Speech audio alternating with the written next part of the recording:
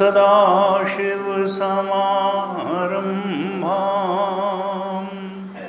शङ्कराचार्यमध्यमाम् अस्मदाचार्यपर्यन्तां वन्दे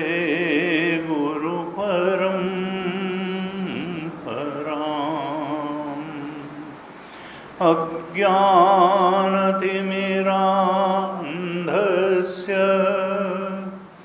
ज्ञानाञ्जनशलाकया चक्षुरुन्मीलितं येन तस्मै श्री गुरवे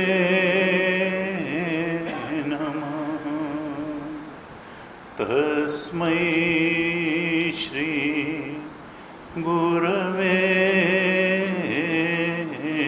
नमः। सच्चिदानन्दरूपाय विश्वोत्पत्त्यादिहेतवे तापत्रयविनाशाय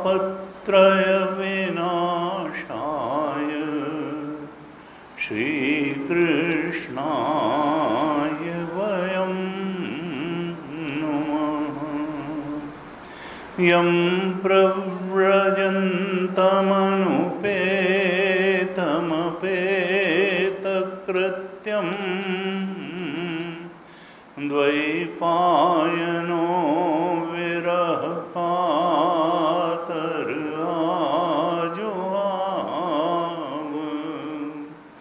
पुत्रेति तन्मयतया तरवोऽभिनेदुः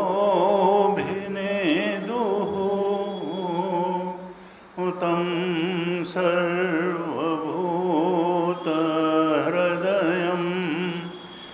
मुनिमानतोऽस्मि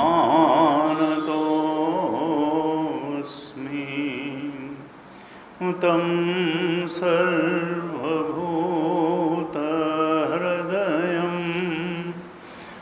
मुनिमानतोऽस्मि।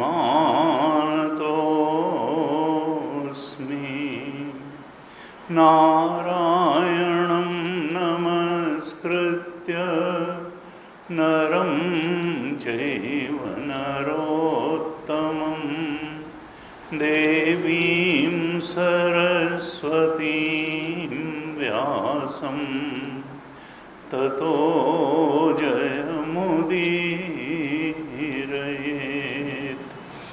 कृष्णाय वासुदेवाय हरये परमात्मने प्रणतक्लेशनाशाय गोविन्दाय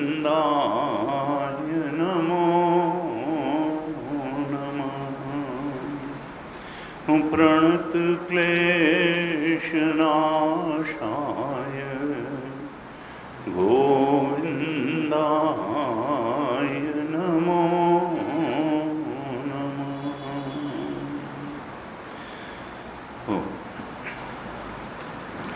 श्रीमद् भागवत महापुराण के 10वें स्कंद पर चर्चा चल रही है और हमने पिछली कक्षा तक इसके प्रथम 2 अध्यायों तक चर्चा की थी।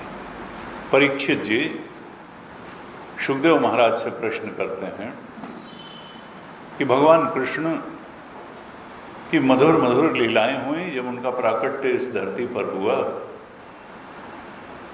तो आप उनकी लीलाओं की कथा और विस्तार से बताइए, क्योंकि भगवान की कथाएं सुनने में सरस हैं, कर्णप्रिय हैं, भक्ति को बढ़ाने वाली हैं और हृदय को शुद्ध करते करते चूँकि मन भगवान में रम जाता है तो व्यक्ति बड़े सहज रूप में मुक्ति की तरफ बढ़ जाता है, बोध की तरफ बढ़ जाता है, भक्ति की तरफ बढ़ जाता है। इसलिए मैं विस्तार से भगवान कृष्ण की लीलाओं का श्रवण करना चाहता हूँ। सुखदेव महाराज प्रश्न सुन करके ही प्रसन्नता व्यक्त करते हैं,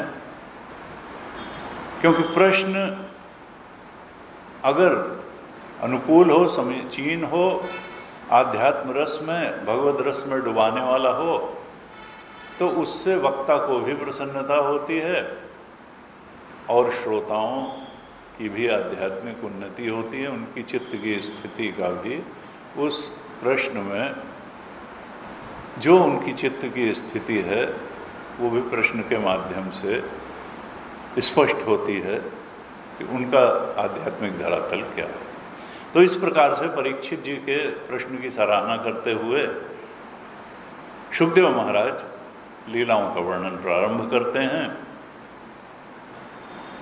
और फिर सबसे पहले भगवान कृष्ण के जन्म की बात ही करते हैं। 3रे अध्याय से ये भगवान कृष्ण के जन्म का वर्णन है।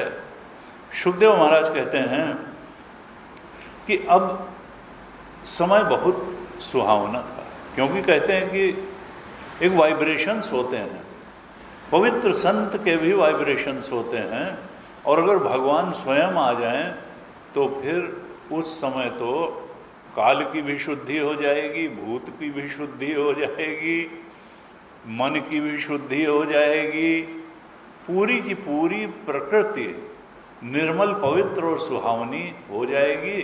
और भगवान कृष्ण के जब अवतार का समय आया तो यही हो गया, समय शुभ हो गया। उस समय रोहिणी नक्षत्र था, सब दिशाएं प्रसन्न हो गईं, निर्मल हो गईं, आकाश में तारे जगमगा रहे थे, सब बस्तियां और वस्तुएं सब मंगलमय हो गई, नदियों का जल निर्मल हो गया। रात्रि का समय था, मध्य रात्रि में, भाद्रपद की अष्टमी की मध्य रात्रि में भगवान का अवतरण होना है।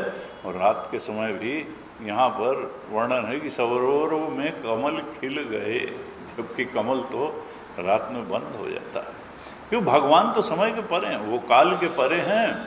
वो जब आएंगे तो काल की गति बाधित होगी।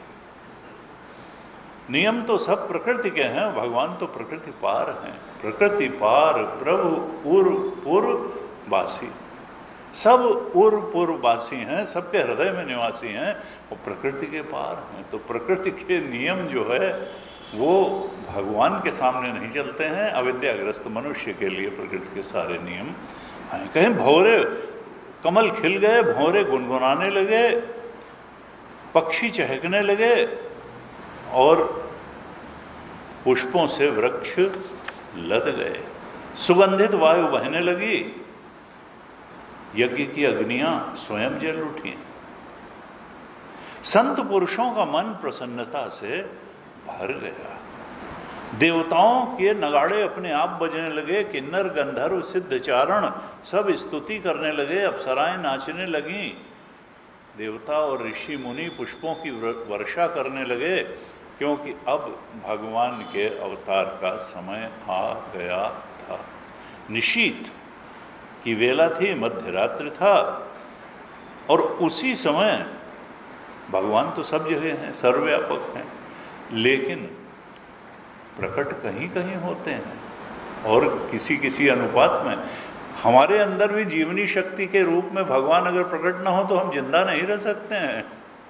ये शरीर जड़ है, मन बुद्धि भी जड़ है, कारण शरीर भी जड़ है, अनात्मा जितना भी है वी से OET तक सब जड़ है। वो तो ओंकार की वजह से चेतनवत प्रतीत होता है। तो हम तो परमात्मा का उतना ही अनुभव कर पाते हैं जितना वह ओंकार स्वरूप परमात्मा, जो हमारा भी अधिष्ठान और प्रकाशक है, वो हमारी बुद्धि की निर्मलता के अनुपात में उसमें प्रतिबिंबित हो पाता है। उतना ही चेतनता का अनुभव हम कर पाते हैं, भगवत्ता का अनुभव कर पाते हैं, उतना ही तृप्ति का अनुभव कर पाते हैं। लेकिन जब स्वयं भगवान आ जाएं और जिसके हृदय में आ जाएं, वसुदेव के हृदय में आए, वहाँ से देवकी के गर्भ में आ गए और फिर सबके लिए मनुष्य रूप धारण करके उपलब्ध हो गए, तो फिर जिस समय भगवान अपने पूर्ण रूप में उपलब्ध हों, उस तृप्ति, संतोष और रति की तो बात ही अलग है। कहा जनार्दन के अवतार का समय आ गया और भगवान देव रूपिणी देवकी के गर्भ से प्रकट हुए, ऐसे जैसे कि 16 कलाओं से पूर्ण चंद्रमा का उदय हो गया हो। अब वसुदेव जी ने देखा कि उनके उस कारागार के कक्ष में ही एक अद्भुत बालक प्रकट हो गया, जिसके हाथों में शंख चक्र गदा और पद्म हैं, वक्षस्थल पर श्रीवत्स का चिन्ह है, गले में कौस्तुभ मणि झिलमिला रही है, श्यामल पीतांबर, श्यामल शरीर पर पीतांबर फहरा रहा है, किरीट और कुंडल वैदूर्य मणि के हैं, कमर में चमचमाती हुई करधनी है, बाजूबंद कलाइयों में कंकड़ हैं और अंग अंग से उनके एक अनोखी छटा बिखर रही है। तीसरे अध्याय का 9वां श्लोक। तमद्भुतम बालक अम्बुईक्षणम चतुर्भुजम शंख गदा युधायुधम श्रीवत्सलक्ष्मम गलशोभ कौस्तुभम पीतांबरम सांद्र पयोद सौभगम महावैदूर्य किरीट कुंडल त्विषा परिश्वक्स सहस्र कुंतलम उद्दाम कांचंगद कंकणादि विरोचमानम वसुदेव ऐक्षत। इस प्रकार से शंख चक्र गदाधारी और समस्त आभूषणों से सुशोभित भगवान का दर्शन अपने उसी कारागार के कक्ष में वसुदेव जी ने किया। और जब उन्होंने देखा कि ये तो मेरे पुत्र के रूप में स्वयं भगवान आ गए हैं, तो परमानंद में मग्न हो गए। बहुत भयभीत रहते थे कि मेरे पुत्रों को कंस ने मार डाला है, हम लोगों को भी ना मार डाले और 8वें पुत्र को तो जरूर मारेगा। लेकिन जब भगवान का तेज देखा, भगवान की उपस्थिति देखी, तो उनका सारा भय जाता रहा। उन्होंने भगवान के चरणों में अपना सिर झुका दिया और स्तुति करने लगे।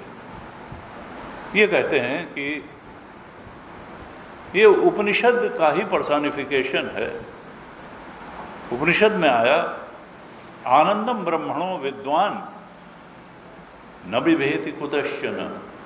आनंद ब्रह्म के बोध के बाद उसका जो जानने वाला है आनंद ब्रह्म का, वो भय उसके जीवन से विदा हो जाता है। यहाँ भी भगवान दर्शन करके, क्योंकि ब्रह्म साकार रूप लेकर के आ गया, तो वसुदेव जी का सारा भय जाता रहा। वसुदेव जी ने स्तुति की, बड़ी सुंदर स्तुति है। कहते हैं कि भगवान आप तो प्रकृति से अतीत हैं, पुरुषोत्तम हैं, आपका स्वरूप क्या है? अनुभव मात्र, आनंद मात्र। अनुभव मात्र है knowledge itself, consciousness itself, consciousness of something नहीं, नॉलेज ऑफ समथिंग। वो समथिंग जहां लगा वो तो संसार की चीज होती है समथिंग। ज्ञान मात्र, किसी चीज का ज्ञान नहीं। अपने पर आए गाड़ी बंगला स्त्री पुरुष मगर बाज इस सब का ज्ञान नहीं, किसी वस्तु का ज्ञान आप नहीं है, ज्ञान मात्र हैं। आपकी वजह से तो बुद्ध ज्ञानवती होती है और फिर संसार का ज्ञान प्राप्त करती है। आप जो है किसी चीज के ज्ञानी नहीं हैं, ज्ञान मात्र हैं। आप अनुभव मात्र हैं, ज्ञान मात्र हैं और आनंद मात्र हैं। आप ये नहीं कि हम तो तमाम आनंदों को, चाट पकौड़ी का आनंद ये है, घूमने फिरने का आनंद ये है, उनसे मिलने का आनंद ये है, तो नहीं, ब्लिस इटसेल्फ आनंद मात्र है। ब्लिस ऑफ समथिंग नहीं, हैप्पीनेस ऑफ समथिंग नहीं, ब्लिस इटसेल्फ आनंद मात्र हैं। आप ज्ञान मात्र हैं, नॉलेज इटसेल्फ हैं, कॉन्शियसनेस इटसेल्फ हैं, आप प्योर कॉन्शियसनेस हैं। केवल आनंद और केवल अनुभव ही आपका स्वरूप है। आप समस्त बुद्धियों के एकमात्र साक्षी हैं, डिस्टेंट एंड इनडिफरेंट ऑब्जर्वर, साक्षी, जिसके साक्षित्व में सब कुछ हो रहा है, जो किसी बात में पार्टिसिपेट नहीं करता। वो चेतन अधिष्ठान और प्रकाशक आप हैं। आप सब कुछ के साक्षी हैं, सर्व साक्षी हैं, और यही साक्षी तो ब्रह्म है। ये केवल हमारे विचारों का ही साक्षी नहीं होता है। साक्षी, दृश्य, विद्यारण्य स्वामी ने पूरा एक पुस्तक लिख दी इस पे, दृष्टा दृश्य विवेक। कभी अवसर होगा तो हम उस पर भी चर्चा करेंगे, पुस्तक बड़ी अच्छी। दृष्टा दृश्य विवेक, ये दृष्टा यानी देखने वाला, यानी जानने वाला, यानी अनुभव करने वाला क्या है, और एक है दृश्य। दृष्टा दृश्य को जानता है, देखता है, अनुभव करता है, लेकिन होता क्या है कि दृष्टा जब दृश्य से लिप्त हो करके दृश्य का अनुभव करता है, तो फिर वो दृश्य में बंध जाता है, और यही बंधना उसको ब्रह्म, दृष्टा जो वास्तव में साक्षी है, ब्रह्म है, वहां से उतार करके वो कर्ता भोगता, क्योंकि वो दृश्य को देखता भी भर नहीं है, भोगना भी शुरू कर देता है। तादात्म्य के कारण वो दृष्टा और दृश्य अलग अलग नहीं रह जाते हैं, वो इनडिफरेंट एंड डिस्टेंट ऑब्जर्वर नहीं रह जाता, दृष्टा नहीं रह जाता, बल्कि वो लिप्त दृष्टा हो जाता है, और फिर वो लिप्त दृष्टा को ही तो भोक्ता कहते हैं, वो भोक्ता बन जाता है। और भोक्ता बनने के बाद फिर क्या होता है, भोग एक समय बाद, संसार के भोग कोई शाश्वत तो होते नहीं हैं, जब वो फिर से भोग चला जाएगा, तब उस भोग पदार्थ को फिर उपस्थित करके भोगने के लिए वो कर्ता बन जाएगा। तो कर्ता भोक्ता यही तो जीवत्व है। ब्रह्मत्व से गिर के वो जीव हो जाता है, कर्ता भोक्ता बन जाता है, जीव बन जाता है, कर्तृत्व भोक्तृत्व। तो वहाँ पर विद्यारण्य स्वामी जी ने कहा, देखो दृष्टा दृश्य विवेक ये करते रहो और अपने दृष्टा स्वरूप में अधिक से अधिक स्थित रहने का प्रयास करते रहो। दृष्टा स्वरूप का मतलब है हम वह चेतन हैं जो दृश्य यद दृश्यम तद जड़म तद मिथ्या। एक ये भी वेदांत कहते हैं, जो दृश्य है वो जड़ है और वो मिथ्या है, झूठ है। दृष्टा से ही शक्ति लेके वो शक्तिवान होता है और फिर दृष्टा के ही ऊपर चढ़ बैठता है और उसके स्वरूप को आच्छादित कर देता है। तो हम कहा आप केवल अनुभव हैं, नॉलेज इटसेल्फ हैं, ब्लिस इटसेल्फ हैं, आप समस्त बुद्धियों के एकमात्र साक्षी हैं और प्रकृति में प्रविष्ट होने पर भी आप न प्रविष्ट होने पर भी प्रविष्ट के समान जान पड़ते हैं। तीसरे अध्याय के 14वें श्लोक में कहा, अप्रविष्ट प्रविष्ट इव भाव्य से।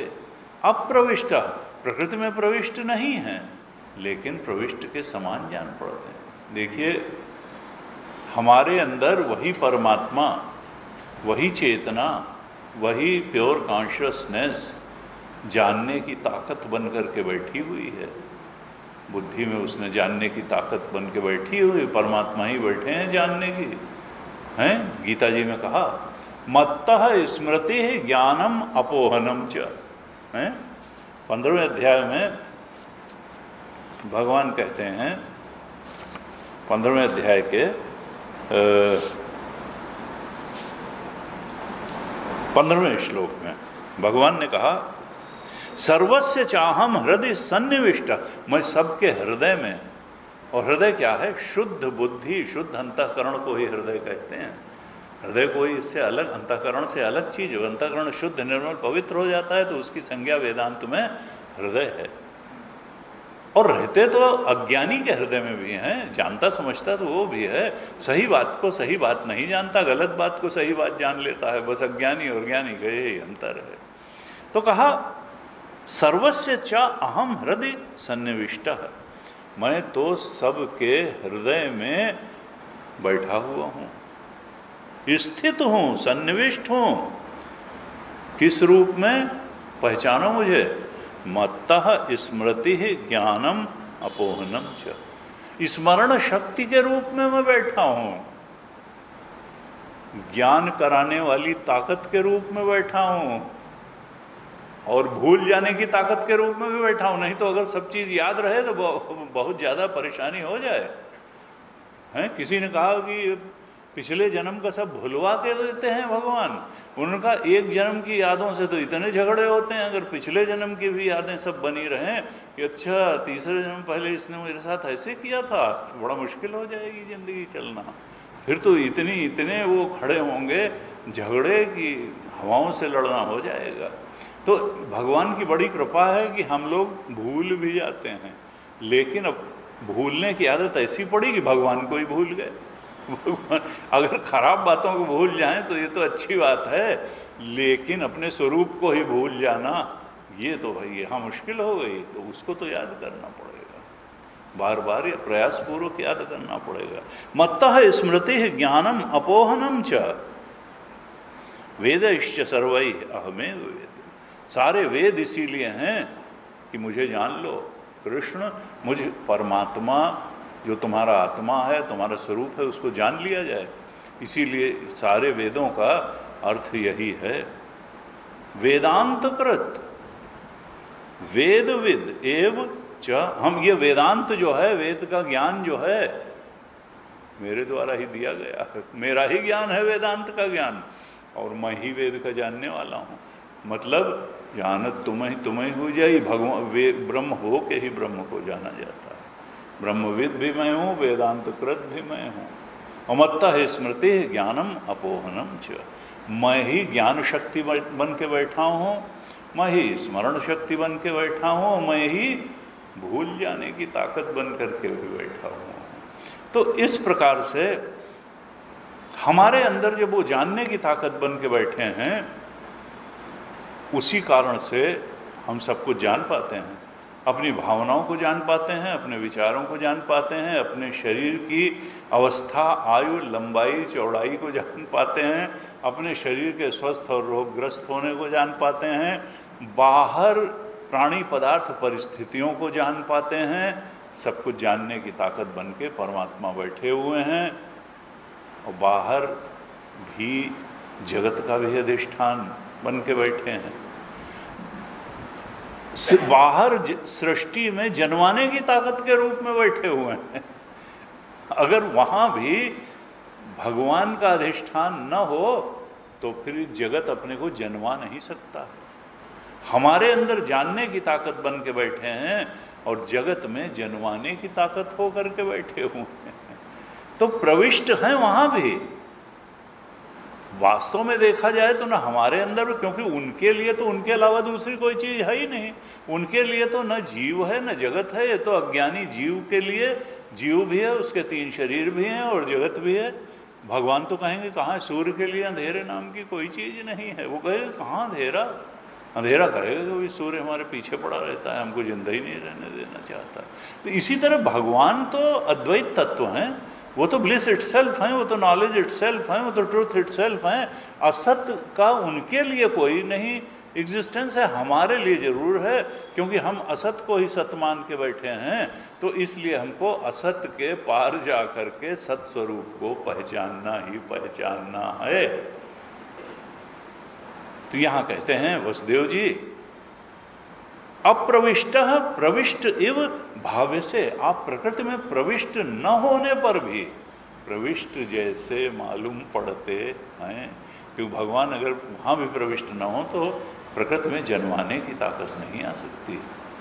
माया भी ब्रह्माश्रया है और अविद्या भी ब्रह्माश्रया है, क्योंकि भगवान ही जो एकमात्र सत्ता है तो सब कुछ का आश्रय तो वही होंगे। रस्सी ही प्रतिमान सर्प का भी आश्रय है, प्रतिमान डंडे का भी आश्रय है, प्रतिमान जलधारा का भी आश्रय है, प्रतिमान भूछिद्र का भी आश्रय है, प्रतिमान माला का भी आश्रय है।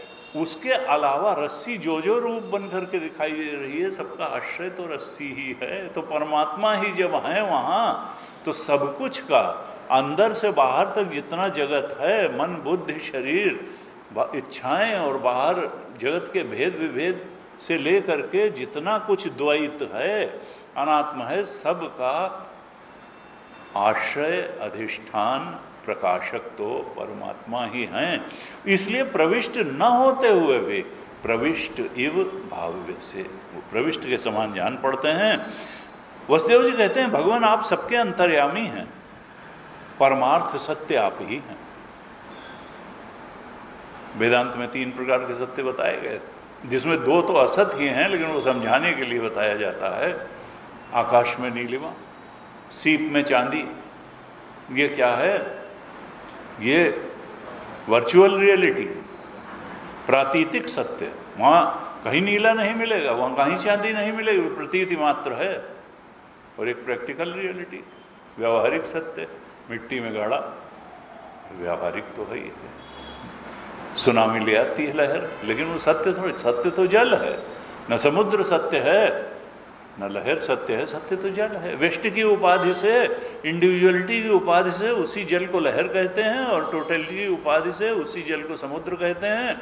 तो उपाधि सत्य नहीं है, सत्य तो तत्व है, तत्व तो वहाँ जल ही है। लेकिन अब सुनामी जो है वो कितना नष्ट भ्रष्ट कर दे, इसलिए कहा कि चलो उसकी व्यवहारिक सत्ता है, एक बीच की स्टेज बना दी व्यवहारिक सत्ता की। और लेकिन पारमार्थिक सत्ता क्या है, जो वास्तव में जिसकी सत्ता है, एब्सोल्यूट रियलिटी क्या है, वो तो परमात्मा है, वो तो सच्चिदानंद है, वो तो हमारा स्वरूप ही है। तो कहा परमार्थ सत्य भगवान आप ही हैं, और वो परमार्थ सत्य कहीं बाहर मिलेगा? कहा नहीं, अपने अंदर ही मिलेगा। आप आत्मस्वरूप हैं, परमात्मा और आत्मा में कोई अंतर नहीं है। आत्मा के रूप में जिसको भी परमात्मा आज तक मिला, उसको आत्मा के ही रूप में मिला। दिलमा खोज दिलहि दिल खोजो, यहीं रहीमा रामा। हमारे अंदर जिसको मिला उसको सब जगह मिल गया, और जिसने बाहर ही खोजता रह गया वो फिर खोजता ही रह गया। अंदर डुबकी लगाने से, अंतर्मुख यात्रा करने से परमात्मा अपने स्वरूप के रूप में ही प्राप्त हो जाता है। कहा आप परमार्थ सत्य हैं, आत्मस्वरूप हैं, आप में न बाहर है न भीतर है।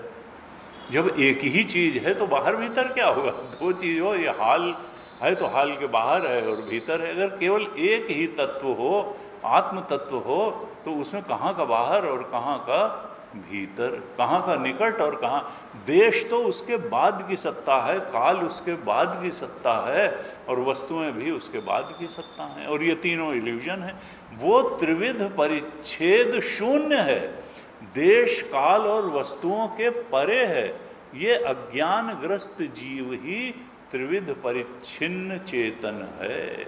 जो परमात्म चेतन है, भगवत चेतन है, वो तो त्रिविध परिच्छेद शून्य है।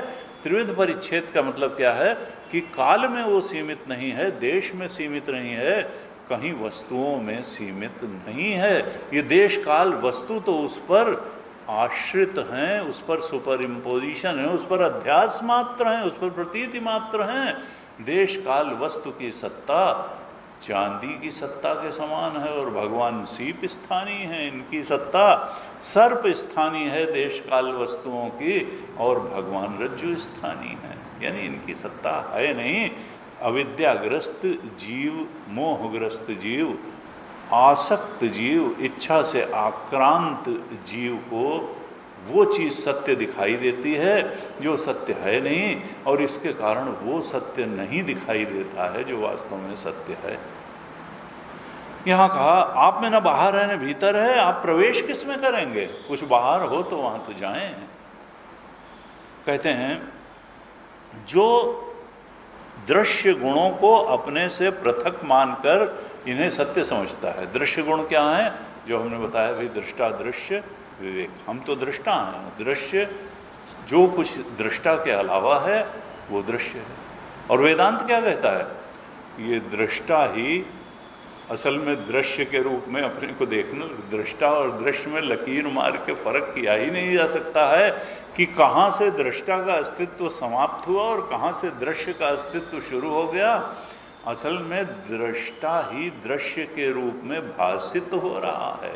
रस्सी ही सांप के रूप में भासित हो रही है, सीप ही चांदी के रूप में भासित हो रही है, आकाश ही नीलिमा के रूप में भासित हो रहा है। रजत सीप महाभास जिमि जथा भानु कर बार, यद्यपि मृषा त्यों काल, मृषा माने झूठा है तीनों कालों में, भ्रम न सके कोटारी, यही विधि जग हरि आश्रित रही, यद्यपि असत्य देत दुख। इस तरह से परमात्मा के आश्रित होकर के जगत रहता है तो असत्य, लेकिन दुख देता है, इसलिए इसका निवारण आवश्यक है। ये नहीं कि हमको नहीं चाहिए सत्य हमारे लिए, तो फिर तुमको सुख भी नहीं, तुम सुख ढूंढने निकलोगे, बहुत सारा दुख लेकर के लौट आओगे। समस्या ये नहीं है कि सत्य मिलेगा, लेकिन दुख तो समस्या है। देत दुख है ज्यों सपने सिर काटे कोई, बिनु जागे न दूर दुख होई, जासु कृपास भ्रम मिट जाई, गिरजा सोई कृपालु रघुराई, बिनु पग चले सुने बिनु काना, कर बिनु करम करे विधु नाना, आनंद रहित सकल रस भोगी, बिनु वाणी वक्ता बड़ जोगी, यस सब भांति अलौकिक करनी, महिमा जासु जाई नहीं बरनी। तो कहा कि देखो सपने में जैसे कोई सिर काट ले तो उसका उपाय ये नहीं है कि वही एक्सपर्ट सर्जन को बुलाओ और सर फिर से उसी तरह से जुड़वा दो जैसे शंकर जी ने गणेश जी के धड़ पे हाथी का सिर जोड़ दिया था। ना ना, जगाना है केवल, वो सिर न कटा है न कुछ हुआ है, वो केवल तुमको पीड़ा दे रही है एक स्थिति, वो कहीं नहीं। जो सपने सिर काटे बिनु जागे न दूर, केवल जाग जाना है कि भाई जागृत अवस्था में आ जाओ, इस तरह आत्मा में जाग जाओ तो सारे दुख तुम्हारे दूर हो जाएंगे। और इसके अलावा कोई उपाय भी नहीं है।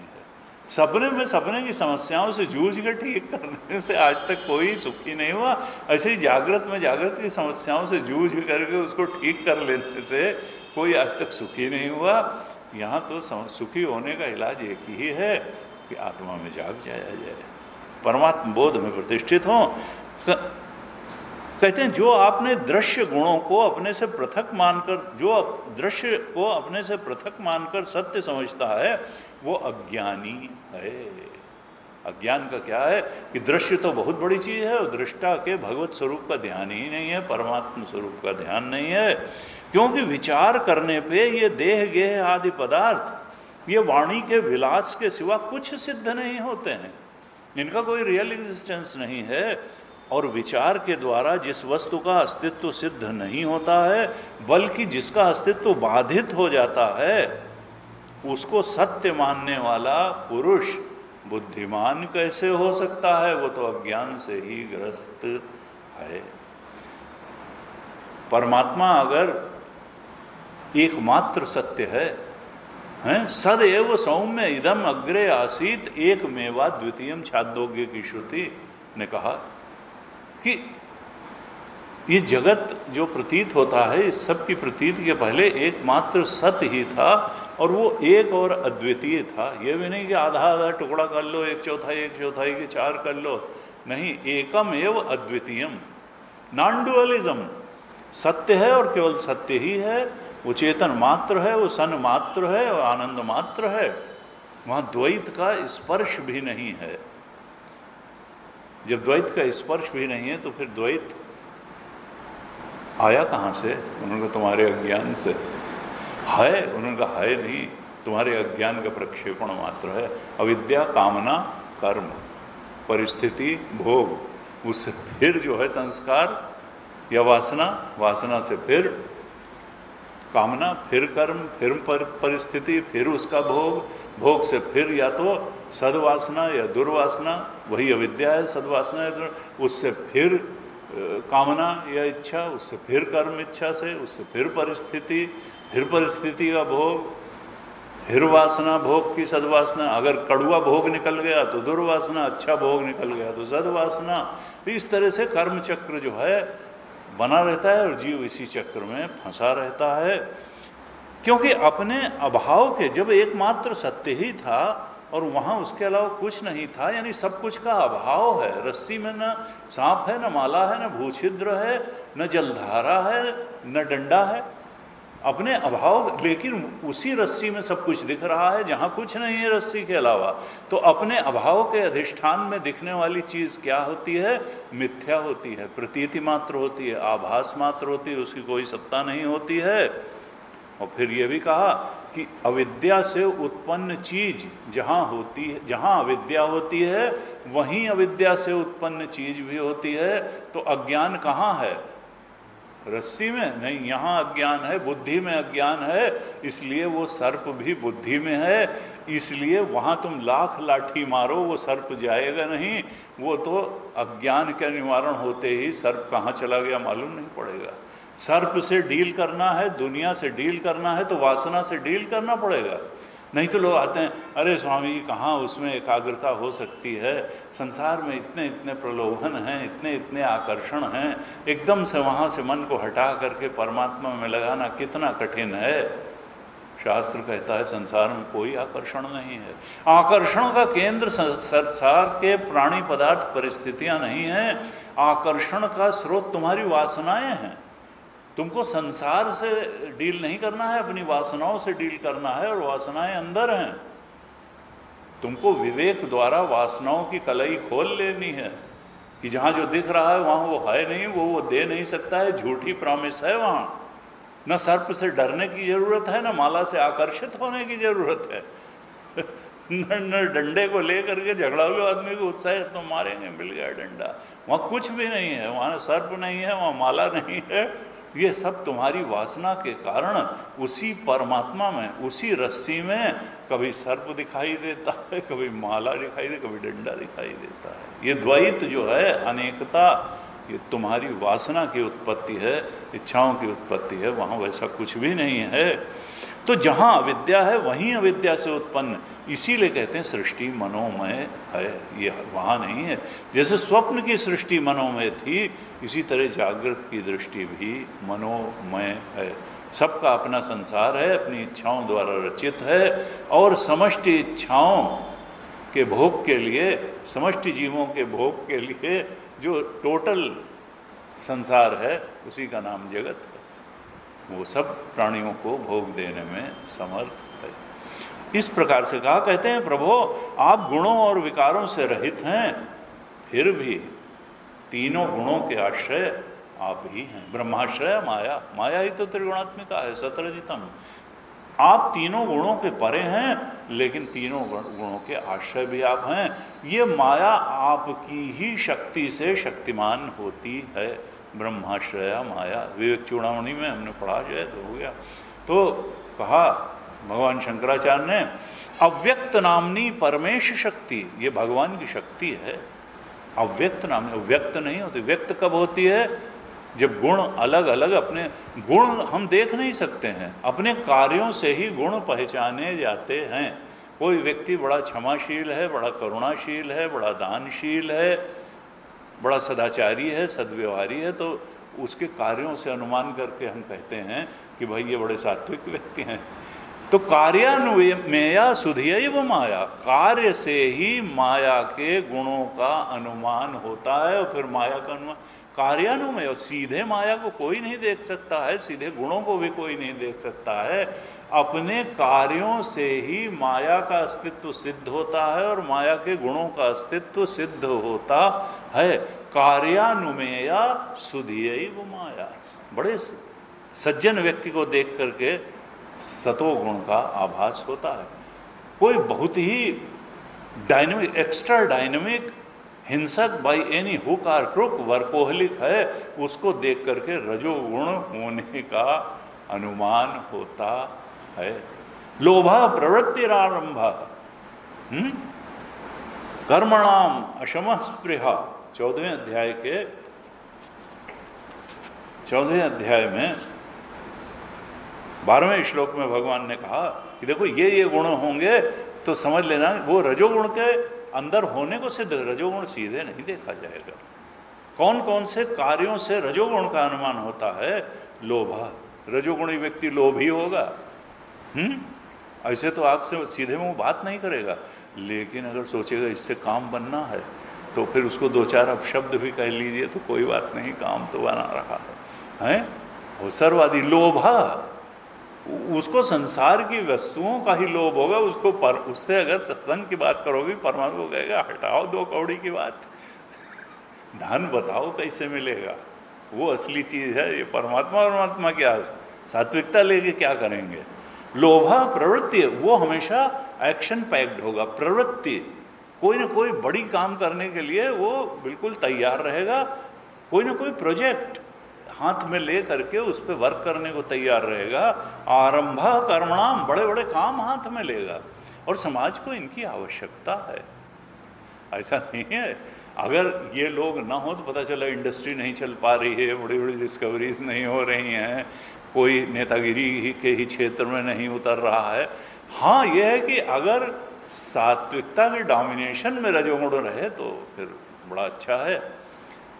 अशमा, लेकिन इनके अंदर अशांति भी होगी। ये रजोगुण अशांत रखेगा। शांत तो आत्मबोध ही शांति देगा, सतोगुण ही देगा। स्पृहा, तृष्णा से, हमेशा एक न एक चीज की तृष्णा इनको बनी रहेगी। अब ये मिल जाए, अब ये मिल जाए, अब ये मिल जाए। अब हम खाली क्यों बैठे हैं?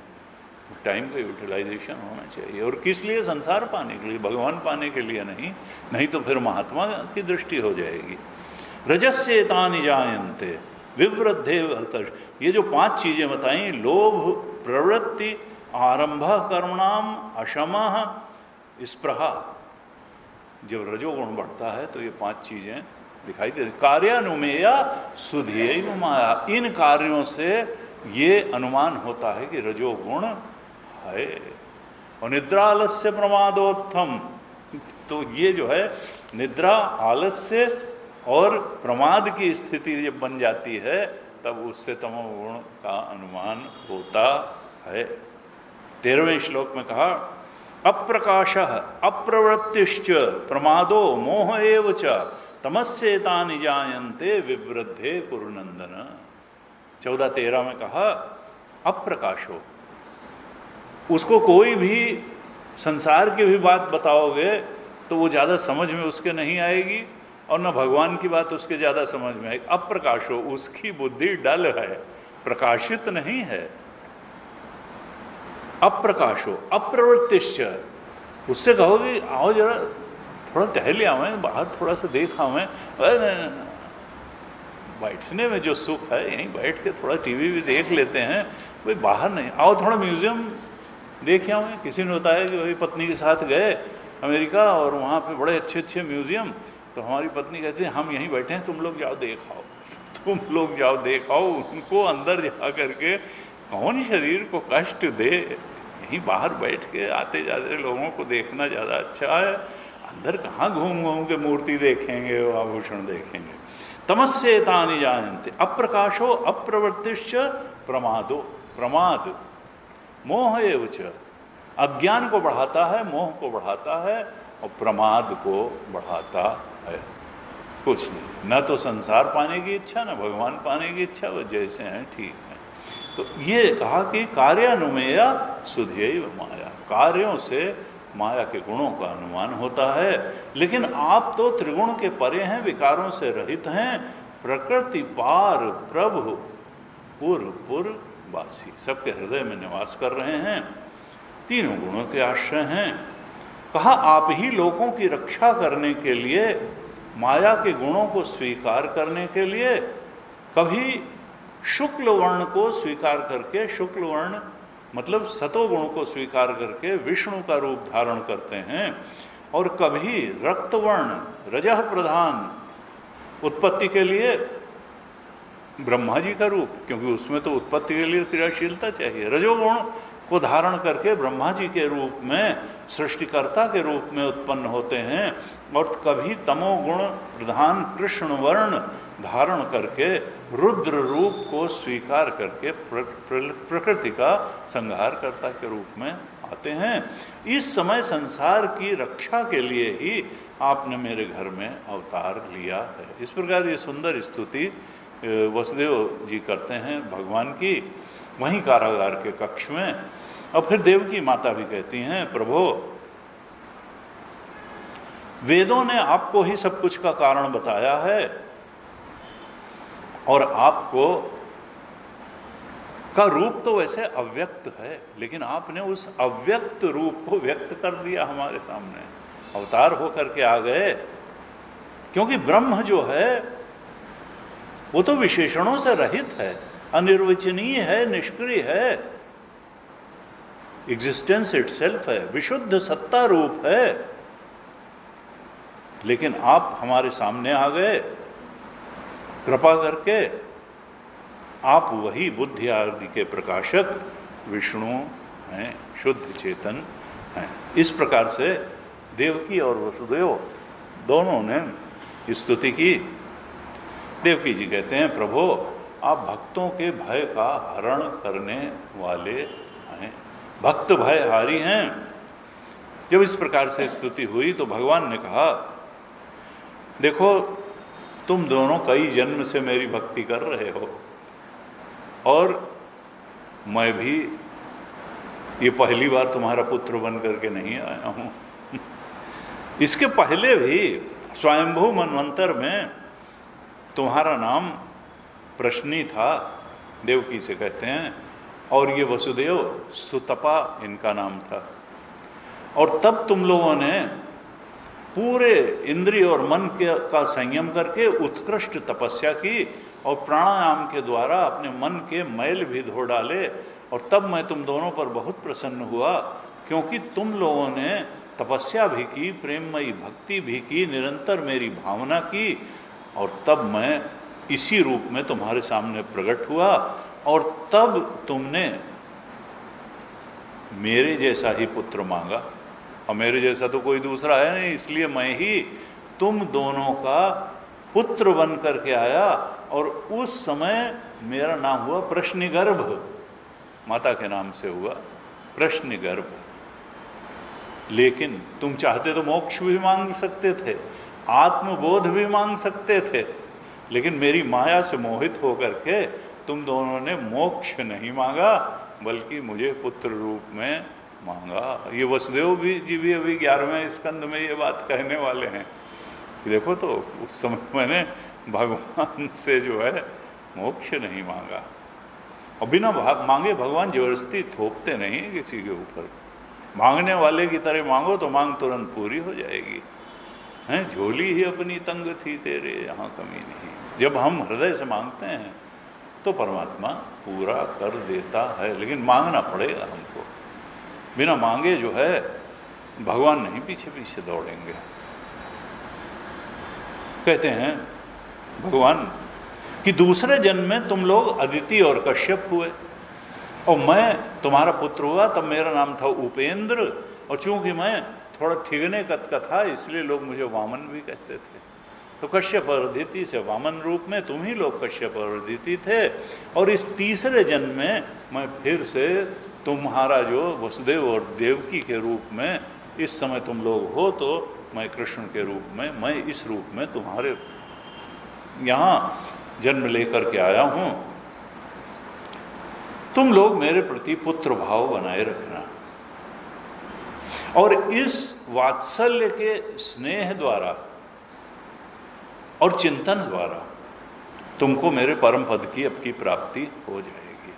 तो दो चीजें कही, वात्सल्य स्नेह और चिंतन। स्नेह का मतलब क्या है?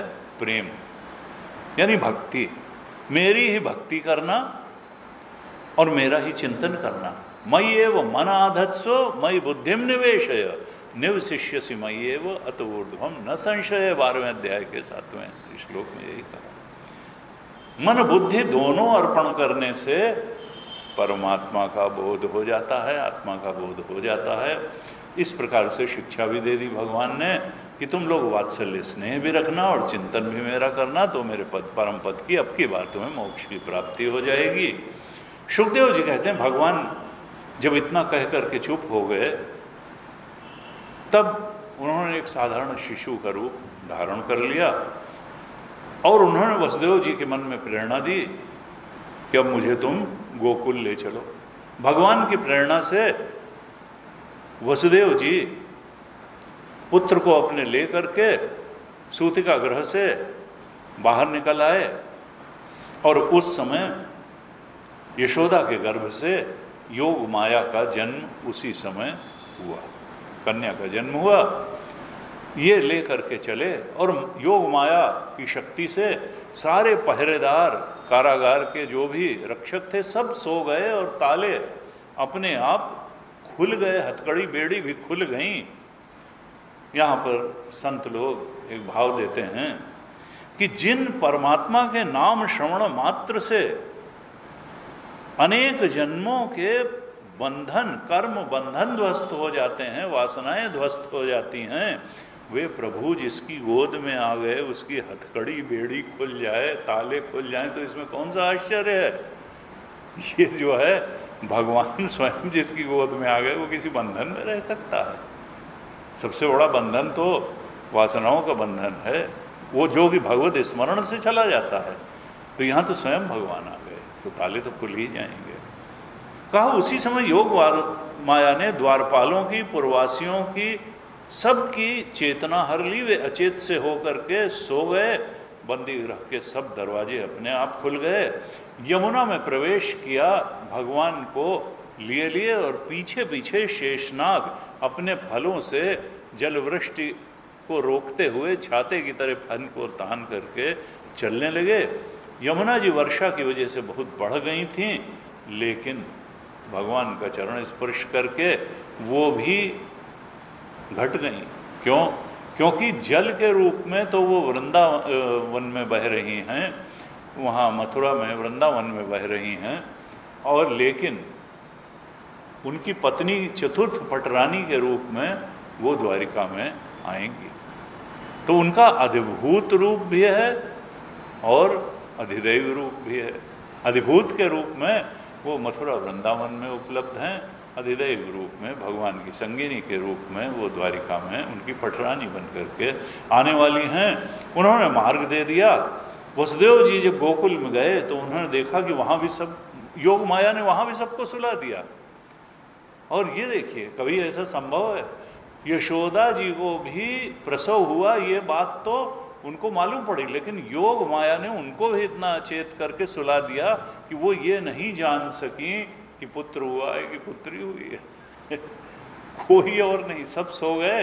ये सीधे सीधे गए और कक्ष तक यशोदा जी के चले गए, कन्हैया को वहाँ सुला दिया और योग माया को ले करके, कन्या को ले करके ये वापस आ गए। वापस आ करके इन्होंने अपने पैरों में खुद हथकड़ी बेड़ी सब डाल ली, और जब ये लौट करके आ गए तब फिर कंस को सूचना दी कि भाई 8वां गर्भ आ चुका है। कंस तो कब से इंतजार कर रहा था, सोते सोते उठा, मुकुट भी लगाने की लिखा है कि उसको याद नहीं रही, चप्पल भी ठीक से पहन नहीं पाया था, गिरता पड़ता किसी तरह से तुरंत तलवार लेकर के पहुंचा उसी कारागार के कक्ष में और कहा कहाँ है वो 8वां गर्भ। तो देखा कन्या थी। देवकी ने बहुत अनुनय विनय की कि ये तो तुम्हारी पुत्रवधू के समान है, कन्या के समान है, देखो भाई इसको तो छोड़ दो। उसने कहा कुछ नहीं। उसने झिड़क करके तुरंत उसको छीना देवकी के हाथ से और जोर से पैर पकड़ के घुमा करके पत्थर पे मारा, लेकिन वो तो पत्थर पे पटक करके पटकी जाने के बजाय छूट के हवा में चली गई, आकाश में चली गई। और उसने कहा कि तुम क्यों व्यर्थ में जो है बच्चों को मार रहे हो, निर्दोष बालकों की हत्या कर रहे हो, तुम्हारा मारने वाला तो कहीं पैदा हो चुका है। अब जब उसके मुंह से, क्योंकि वो तो देवी थी, योगमाया थी, वो कोई साधारण कन्या तो थी नहीं, जब कंस ने ये सुना कि कहीं और पैदा हो गया है तो वो बहुत ही परेशान हो गया कि अब क्या है, अब तो पैदा हो गया और यहाँ है नहीं। अचानक या तो कहें कि जिस कक्ष में भगवान का अवतार हुआ वहाँ आने मात्र से कंस जैसे दुष्ट की बुद्धि भी थोड़ी देर के लिए शुद्ध हो गई। भगवान की उपस्थिति का ऐसा प्रभाव हुआ कि कंस जो है उसका तो मन ही बदल गया। उसने वसुदेव देवकी को कैद से छोड़ दिया और बड़ी नम्रता से कहा, अरे मैं कितना पापी हूं और तुम लोग कितने बड़े महात्मा हो, लेकिन देखो तुम पुत्रों के लिए शोक मत करो। क्यों? क्योंकि जिसका कर्म जैसा होता है उसको वैसा फल मिलता है। जो मेरे हाथ से मारे गए उनका कर्म ही ऐसा रहा होगा कि वो मेरे हाथ से मारे जाएं। ये है आसुर वेदांत। वेदांत का सहारा लेकर के अपने कुकृत्यों को जस्टिफाई करने की कोशिश करना, आसुर वेदांत। दुष्कर्म तुमने किया और फिर कह रहे हो जो मारे गए तो उनका यही प्रारब्ध रहा होगा कि मैं मारूं, तो उन्हीं के कर्म का दुष्कर्म लेके आए होंगे, परिणाम था कि मैंने उनको मारा। सभी प्राणी प्रारब्ध के अधीन हैं, वो सदा सर्वदा एक साथ नहीं रह सकते हैं, इसलिए उनका कुछ क्षणिक संबंध था तुम्हारे उन बच्चों का, तो बस वो चले गए। फिर क्या उनके लिए, ये शरीर तो बनता बिगड़ता रहता है, लेकिन शरीर के बनने बिगड़ने से आत्मा पर कोई प्रभाव नहीं पड़ता है। आत्मा तो हमेशा एक अखंड सर्वव्यापक है, सच्चिदानंद है, वो तो वैसे ही रहती है। जो लोग इस आत्मा के तत्व को, सत्य के तत्व को नहीं जानते हैं, वे अनात्मा शरीर को ही आत्मा मान बैठे हैं और खुद अपना शरीर बचाने के लिए बहुत चिंतित है। दूसरे को उपदेश दे रहा है कि अनात्मा शरीर को ही आत्मा मान बैठे हैं। यही उल्टी बुद्धि अथवा अज्ञान है और इसी के कारण जन्म मृत्यु होते हैं।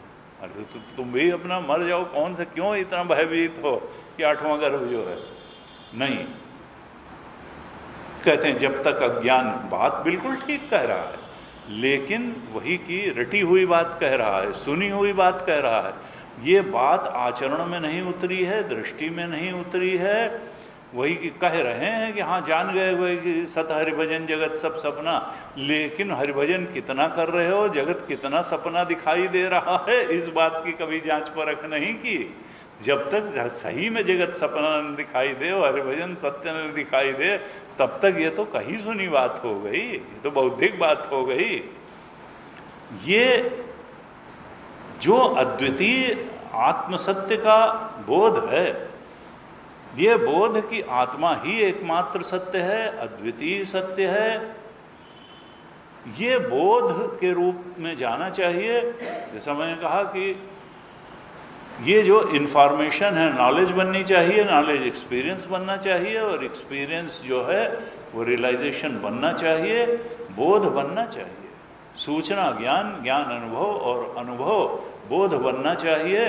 जब आत्मसत्य का बोध हो जाता है ज्ञानी को, तो फिर वो उसके आचरण में भी दिखाई देता है, दिनचर्या में भी दिखाई देता है, और जीवन दृष्टि में भी परिलक्षित होना चाहिए।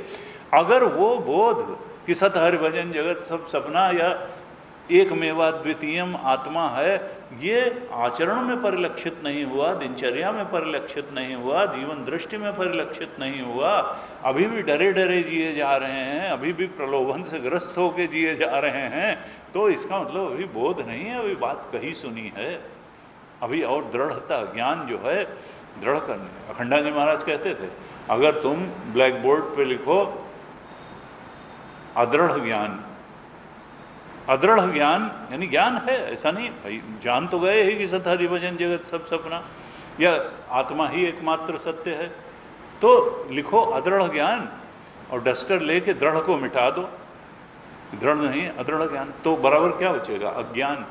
तो अदृढ़ ज्ञान अज्ञान ही है।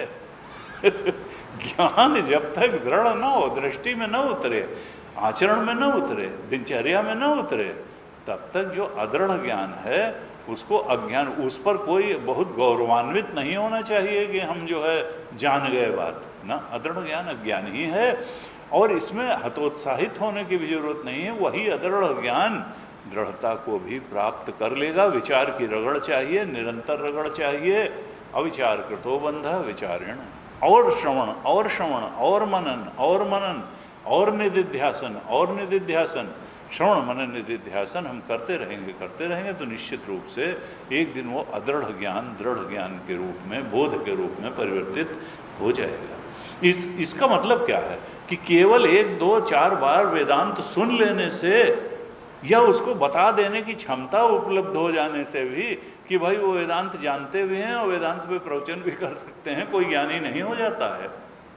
जब तक जीव और जगत के अधिष्ठान आत्मा का दृढ़ बोध नहीं हो जाता है, तब तक उसको आत्मज्ञानी नहीं कहा जा सकता है। वैसा दिखाई देना चाहिए, दिनचर्या में परिलक्षित होना चाहिए, आचरण में। तो कहा कि वो देखिए, वो क्या है, अदृढ़ ज्ञान वाला है, सुन रखा है उसने। कहता है कि जब तक अज्ञान नहीं मिटता है तब तक सुख दुख रूप संसार से छुटकारा नहीं। बात सब जान रहा है, लेकिन आचरण बिल्कुल उल्टा है। दिनचर्या बिल्कुल उल्टी है, दृष्टि बिल्कुल उल्टी है। करुणा और सहृदयता की जगह हिंसा और क्रूरता भरी हुई रखी हुई है। फिर कहता है, लेकिन भगवान की उपस्थिति जिस कक्ष में रह चुकी है उसके प्रभाव से इतना तो है कि उसके क्षणिक रूप से थोड़ी नम्रता और सहृदयता आ गई है, कुछ तो सद्बुद्धि उपज हो गई है। कहता है, बहन मैंने तुम्हारे पुत्रों को मार डाला, लेकिन तुम उनके लिए शोक मत करो, क्योंकि सब प्राणियों को विवश होकर अपने कर्मों का फल भोगना ही पड़ता है। अब भी नहीं कह रहा है कि मेरा दुष्कर्म था, मेरी क्रूरता दुष्टता थी कि मैंने मार डाला। उन लोगों का कर्म ऐसा रहा होगा कि उनका जीवन इतना ही रहा। अपने स्वरूप को न जानने के कारण जीव दूसरों को दुख देता है और स्वयं भी दुख भोगता है। यानी हमारे दुख का कारण क्या है? स्वरूप का अज्ञान, अपने आत्मा के ओंकार स्वरूप का अज्ञान। इसी कारण दुख देता भी है और दुख भोगता भी है। जब देवकी जी ने देखा कि मेरे भाई को इतना पश्चाताप हो रहा है और वो क्षमा मांग रहा है, तो उनका हृदय इतना निर्मल, विशाल और पवित्र कि उन्होंने हृदय से उसको क्षमा भी कर दिया। उन्होंने क्षमा कर दिया। वो उसके पहले के सारे अपराधों को भूल गई और वसुदेव जी ने कहा कंस से कि आप जो कहते हैं ठीक वैसा ही है। जीव अज्ञान के कारण ही शरीर आदि में मैं बुद्धि कर बैठा है, और इसी मैं बुद्धि कर लेने से शरीर आदि में अपने पराये का भेद हो जाता है। और जब भेद दृष्टि उसकी हो जाती है, आत्मदृष्टि नहीं रह जाती है, तब फिर तमाम तरह के विकारों से वो ग्रस्त हो जाता है। कभी वो शोकग्रस्त होता है, कभी हर्ष से फूला नहीं समाता है, कभी भय से उद्वेलित हो जाता है, कभी किसी से द्वेष कर बैठता है, कभी किसी चीज के लोभ से ग्रस्त हो जाता है, कभी मोहग्रस्त हो जाता है, और कभी घमंड से भर जाता है, अंधा हो जाता है मद से। फिर उसे इस बात का पता नहीं रहता है कि सबके प्रेरक भगवान हैं, वही सब कुछ के नियामक हैं, मिलाने वाले वही हैं, छुड़ाने वाले वही हैं, संयोग बनाने वाले वही हैं, संयोग बिगाड़ने वाले वही है, सब करने वाले वही। कर्तुराज्ञया प्राप्यते फलम कर्म किम परम कर्म तज्जडम। लेकिन मोह ज्ञान उल्टी बुद्धि होने पर जो त्रिविध परिच्छेद शून्य चेतन है, उसको परिच्छिन्न मान लेने पर, शरीरों में कैद मान लेने पर द्वैत के प्रति सत्य बुद्धि और सुख बुद्धि हो जाती है, और तब षड्विकार जन्म लेते हैं जो कष्ट देते हैं। मयर मोर तोर तय माया जय बस की इन्हें जीव निकाया। ये जो अहम मम है, गीता भाष्य में प्रारंभ में ही भगवान शंकराचार्य ने कहा कि अविद्या प्रत्यय दो ही हैं, अहम एषाम मम एते। अपने बारे में, मम के बारे में कन्फ्यूज़न होना, और आइनेस के बारे में, अहम एषाम मम एते, मेरा स्वरूप क्या है और मम का स्वरूप क्या है। इस प्रकार से सुखदेव जी कहते हैं कि ये सब वार्ता करके कंस अपने महल में चला गया। जब रात बीत गई तब उसने अपने मंत्रियों को बुलाया और फिर रात में जो जो कुछ हुआ था, जिस प्रकार से उस कन्या ने आकाशवाणी करी थी, सब बताते हुए योग माया ने जिस प्रकार से कहा कि तुम्हारा मारने वाला पैदा हो चुका है, वो सब बात मंत्रियों को बताई। मंत्री तो उससे भी आगे बढ़े हुए थे दुष्टता में। इसका तो हृदय वहां जाकर के थोड़ा बहुत कुछ सात्विकता की तरफ बढ़ा भी था। मंत्री तो बहुत ही क्रूर। कंस की बात सुन के वो देवताओं पे चिढ़ गए और कहने लगे अगर ऐसी बात है तो फिर जितने बच्चे कल से ले करके और 10 दिन के होंगे हम सबको मार डालेंगे, न रहेगा बांस न एक के वजह से सबको मारो। और फिर हम ब्राह्मणों का की भी हत्या करेंगे, क्योंकि विष्णु का अवतार आया है और विष्णु का बल कहाँ है? वेद में, ब्राह्मण में, तपस्या में, यज्ञ में, इसमें विष्णु का सारा बल है। हम ब्राह्मणों को मार देंगे, गौओं को मार देंगे, कोई वेदाध्ययन नहीं कर पाएगा, तपस्या नहीं कर पाएगा, मन का निग्रह और इंद्रिय का संयम जो कर रहे होंगे उनको भी साफ कर देंगे, तितिक्षा करने वाले हमारे दुश्मन होंगे।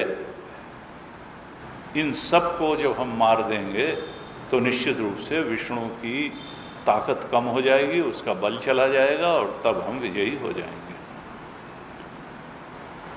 कहते हैं ये महादेव ब्रह्मा, इन सारे देवताओं की जड़ विष्णु ही है और उसको मारने का उपाय यही है कि हम ऋषियों को मार डालें, संतों को मार डालें। सुखदेव जी कहते हैं परीक्षित, काल जब किसी के ऊपर सवार होता है तो वो सज्जनों से द्वेष करता है, उनको नुकसान पहुंचाता है, उनका अपमान करता है, उनके साथ दुष्टता करता है और उनको पीड़ा पहुंचाने की कोशिश करता है। तुलसीदास जी ने कहा, वंश की राह द्विज अनहित कीन है और कर्म की हो ही स्वरूप ही चीन है।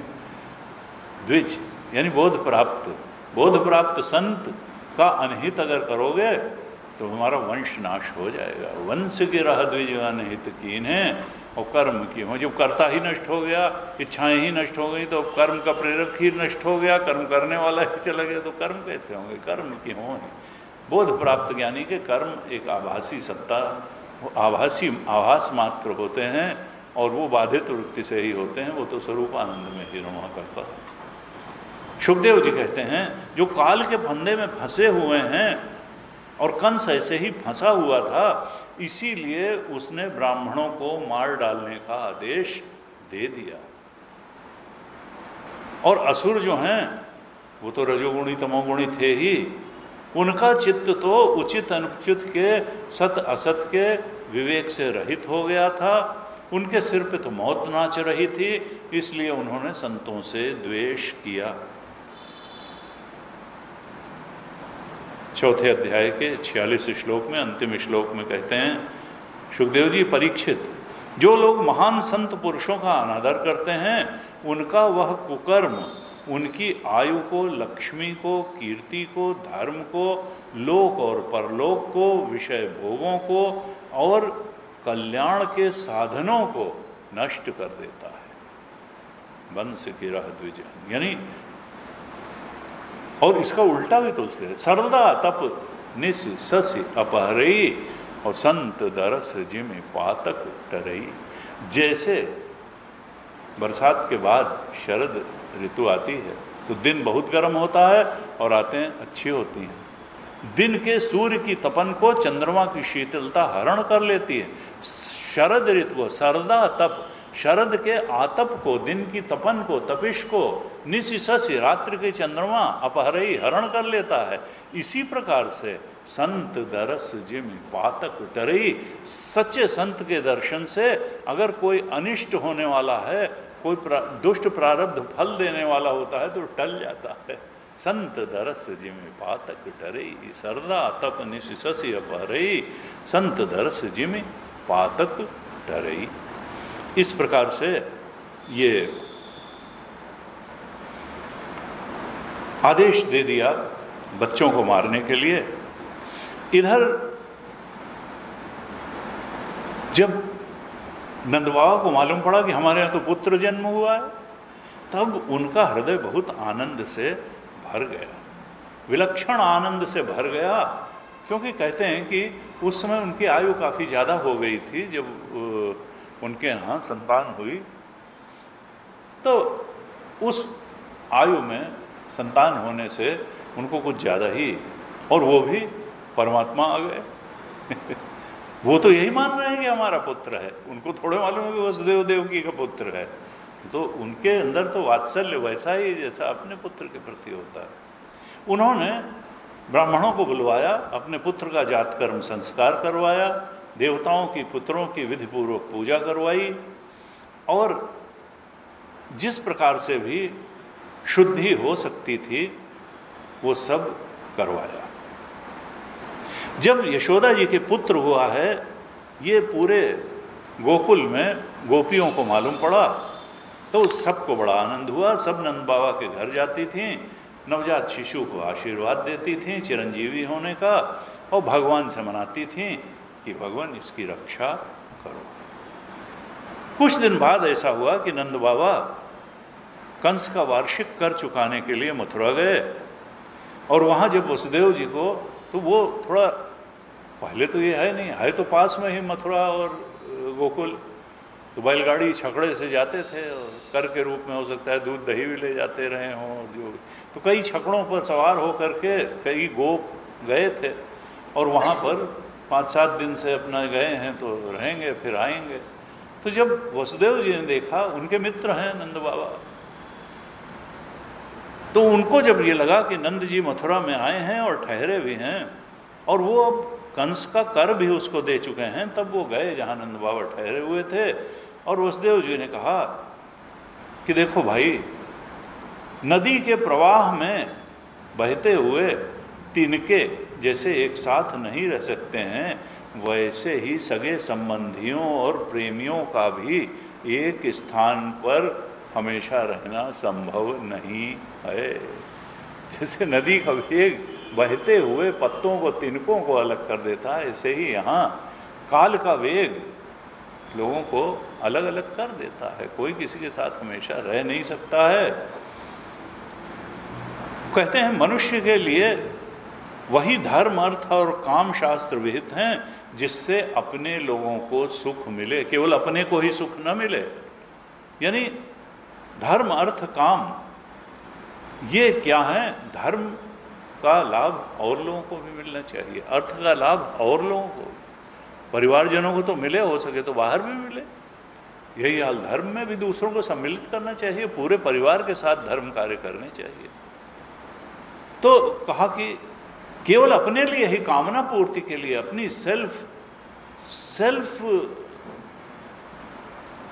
डिजायर्स को, ईगो सेंट्रिक डिजायर्स को ही फुलफिल करने के लिए कर्म न हो, बल्कि परिवार के लिए हो, समाज के लिए हो, राष्ट्र के लिए हो। तो धर्म और काम वही शास्त्रवेद हैं जिससे केवल अपने को ही सुख न मिले, अपने स्वजनों को भी सुख मिले।